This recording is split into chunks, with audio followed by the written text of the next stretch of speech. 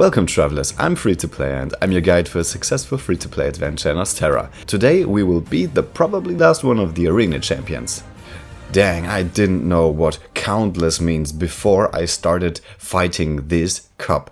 Well, I had tried so many times that I got so bored of this fight. I didn't even want to start it anymore afterwards. But I'm so glad that with this strategy I was finally able to beat LARGO. So let's get right into the fight and try to do whatever we can to make him suffer as much as we can. So the first thing you want to do is to wholly lament with a Cardona or with another one who can provoke the enemies, which is necessary for the whole fight.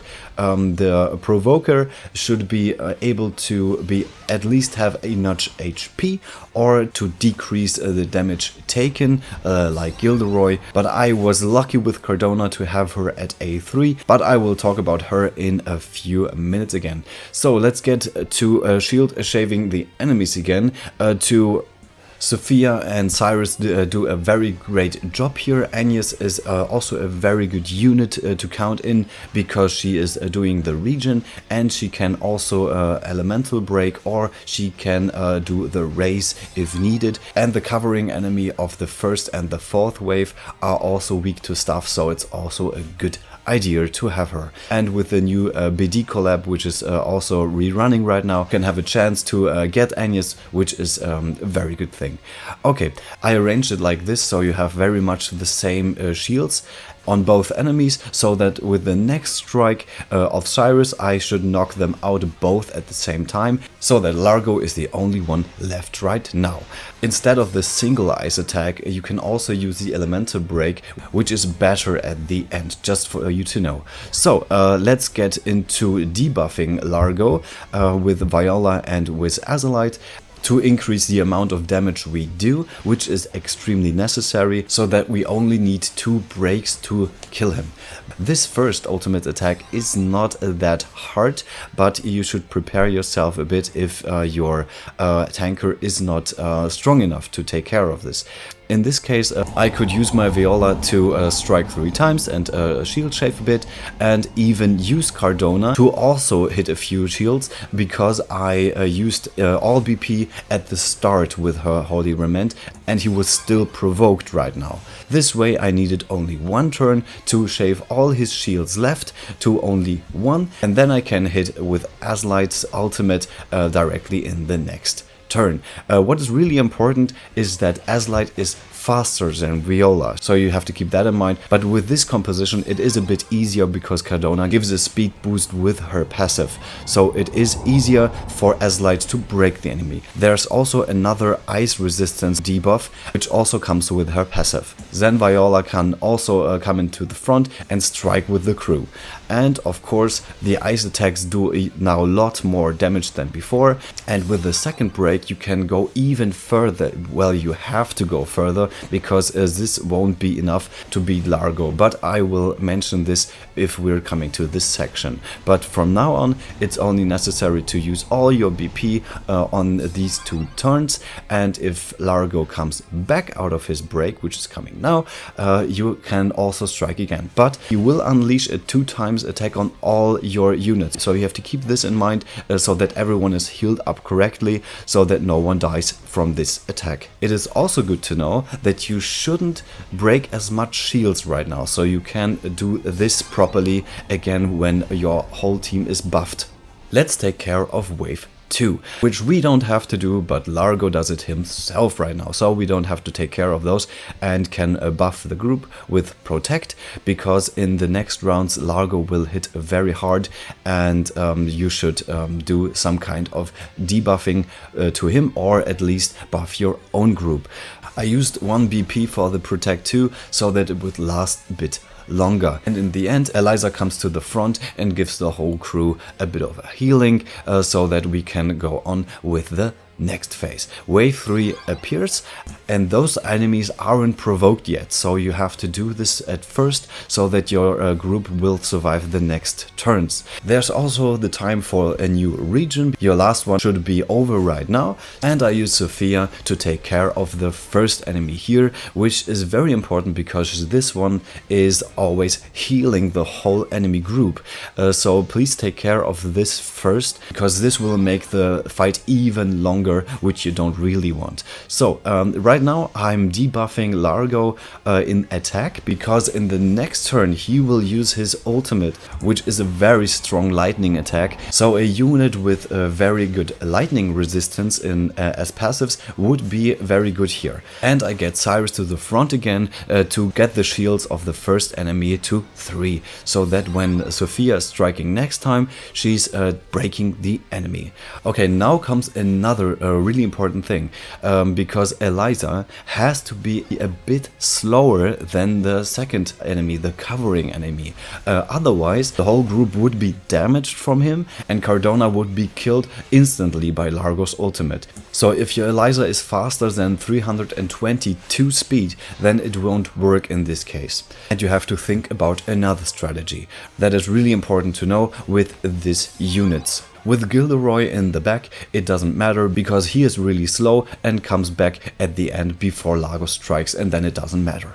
So now we're taking care of the first enemy with Sophia, and we're going to heal up the whole crew before we are going to the front with most of the people to take care of the covering enemy. Because he is not weak to ice, Sophia can also stay in the back and get back some of her SP. She isn't draining as much SP as Cyrus does because of her passive, but for the rest of the fight it would be really important to have a bit more SP on her. So the region is over right now, so you have to get a region back up again, and you can get Azlight to hit with the dagger attacks. And he's also weak to sword attacks, so we have enough units to take care of his shields, and when the shields are gone, we can take Cyrus to the front with his lightning attack to take out this guy. So this is the plan here, but buffing your units and giving them a bit more defense or debuffing the attack of the enemies is also very important here to don't get hit as hard as Lynette did right now, so that everyone can survive the attacks. What also helps is to boost the attack of Eliza and Azlight a bit with Lynette,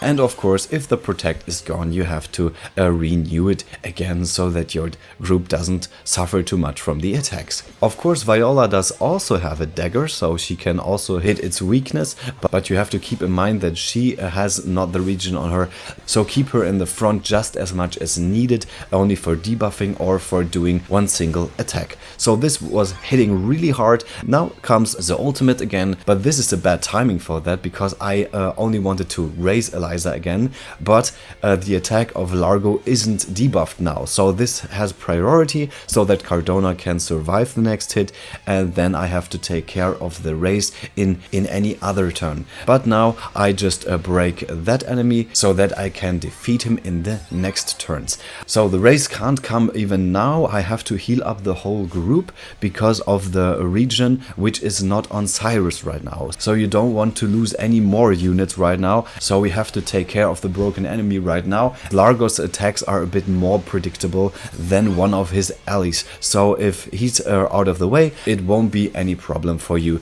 to recover from the attacks. So I have to keep the drill and cure the whole group, provoke, and of course buff the whole group, get a better attack, and hopefully defeat this enemy within this turn so that I can finally resurrect my fallen member. Okay, now when Largo's alone, I can do something very pleasurable. I can elemental rune her elemental attack even more, which is a very good idea. It stacks to 30% and does even less damage, so maybe it will help you in the next turns to prepare your units to do the most damage possible, because Largo alone doesn't damage us right now too much. We are still buffed and the attack down is still on Largo, so from now on it will be a bit easier right now. If all your units had survived this whole thing, it is a bit easier to get everyone in front you needed and to just keep on the region. But now I had to think about when to use the region and stuff. The Raging Icewind did the first job in debuffing, but the next debuffs will come in the next turns. So we can finally use the region again, and we try not to break so much shields of Largo because we need the time before he goes to 45%.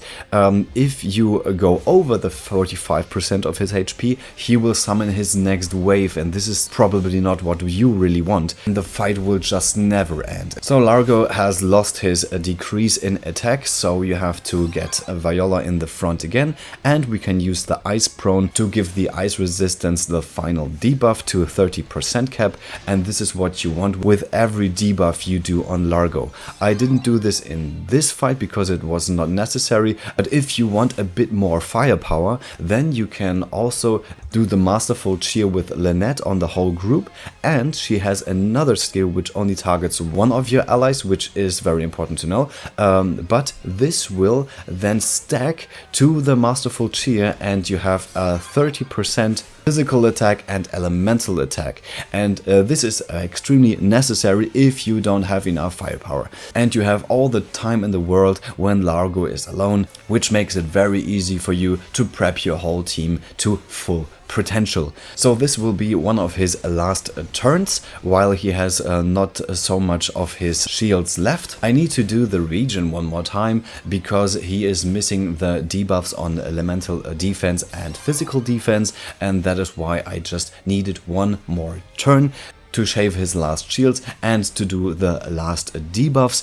But afterwards you don't really need to heal up because Largo won't attack after the second break. He will just say, okay, from now on I will strike you 3 times in a row, and you don't want this to happen, and that's why you have to beat him after the second break. Here's what happens when you overdo it a bit. This is exactly the amount of HP he doesn't have to cross so that he will summon the next wave. Keep this in mind or you probably fail this whole fight. So we're finally ready for the Child of the Dance to make the whole group a lot stronger. The preferred units in the front should be Viola, Cyrus and Azalite because they do the most damage here.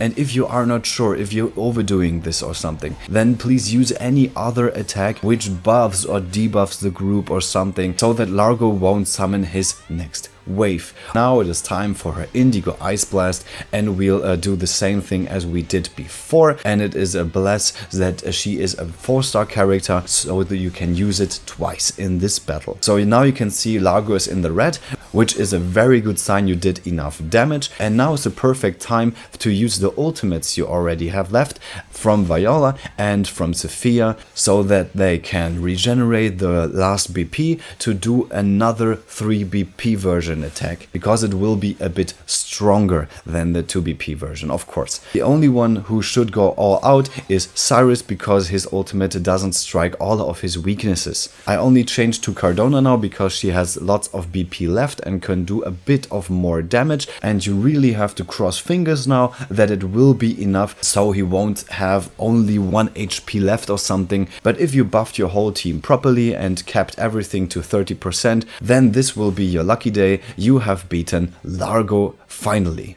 So this was a hell of a fight and I had really not a good time with it, but I was so proud to finally beat the last of the champions, probably.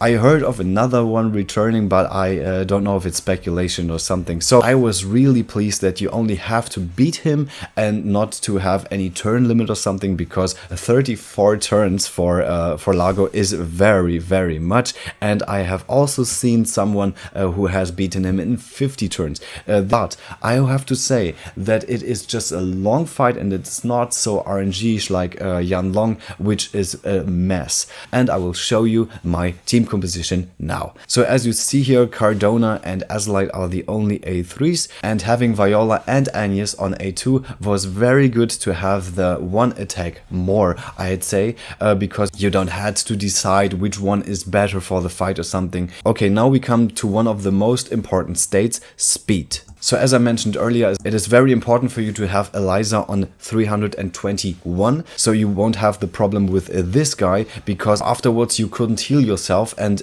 Cardona wouldn't survive the attack. But apart from that, Azlight should be around this speed to outspeed Viola, because then she can't participate in the break turn, which you really want.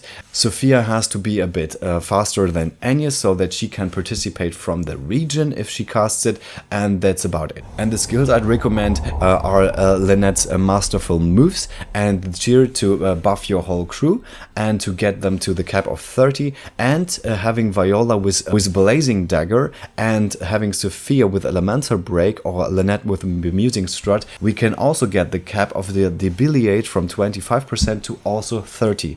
It's only 5%, I know, but if you're lacking the firepower, you need anything which is possible to get your attack up. If we're talking about the attack up, Cyrus had the Berserk Tome, which only gives a +4 to his elemental attack, which is not much, but every point was necessary here. I had to level Sophia up to level 98 so that she has the all +5 to get at least a bit more firepower, and Cyrus had to be at level 100. I don't have any gold shards left right now to push any other character, which is just crazy. But Largo wanted it from me and I gave it to him. If Cyrus wouldn't be at level 100, it would be impossible to have enough SP for the whole fight. And the Wizworld Scarf with the A4 of Elvis to have his elemental attack rise by 50, which is huge. And a Dragon Scarf would be such a waste of space. Since Sophia is in the front for like the half of the wave 3 battle, she's very often in the danger zone with the Berserk Tome,